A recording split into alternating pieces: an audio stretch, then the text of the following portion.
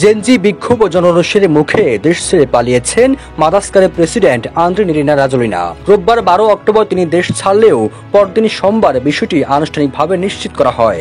13 October বার্তা সংস্থা রয়টার্সের এক প্রতিবেদনে এমন তথ্য প্রকাশ পায়। এদিকে দেশটির বিরোধী দলীয় নেতা সিতেনি রান্ডি আনাসুরানিয়াকো জানান, প্রেসিডেন্ট দেশ ছেড়েছেন। প্রেসিডেন্টের দপ্তরি কর্মকর্তারা আমাদের বিষয়টি নিশ্চিত করেছেন, তবে তার বর্তমান অবস্থান প্রকাশ করা হয়নি।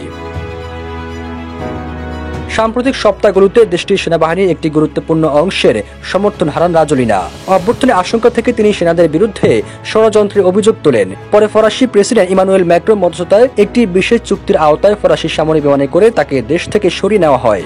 দেশটির সামরিক সূত্র জানিয়েছে, মাদাগাস্কারের শান্ত মেরি বিমানবন্দরে ফরাসি সেনাবাহিনী একটি কাঁসা বিমান অবতরণ করে। কিছুক্ষণ পর সেখানে একটি হেলিকপ্টার অবতরণ করে। বাহনটিতে থাকা এক যাত্রীকে ফ্রান্সের ওই সামরিক বিমানে তোলা হয়। পরে নিশ্চিত হওয়া যায় ও যাত্রী ছিলেন প্রেসিডেন্ট রাজোলিনা। এখন যে কোনো ব্র্যান্ডের পুরাতন এসি বদলে নতুন ওয়ালটন এসিতে উপভোগ করুন 25% ছাড়। এছাড়াও জনগণের ক্ষোভের কেন্দ্রবিন্দুতে থাকা সিনেটের সভাপতিকেও তার দায়িত্ব থেকে অব্যাহতি দেওয়া হয়।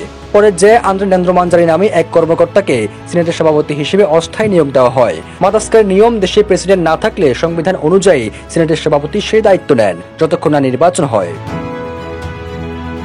এদিকে দুর্নীতি, বেকারত্ব ও অর্থনৈতিক স্থবিরতার অভিযোগে গত 25 সেপ্টেম্বর থেকে দেশজুড়ে বিক্ষোভ শুরু হয়। দেশটির রাজধানীতে সোমবারও হাজারো মানুষ প্রেসিডেন্টের পদত্যাগের দাবিতে স্লোগান দেন। বিক্ষোভে এখন পর্যন্ত 22 জন নিহত হয়েছেন বলে জানিয়েছে জাতিসংঘ।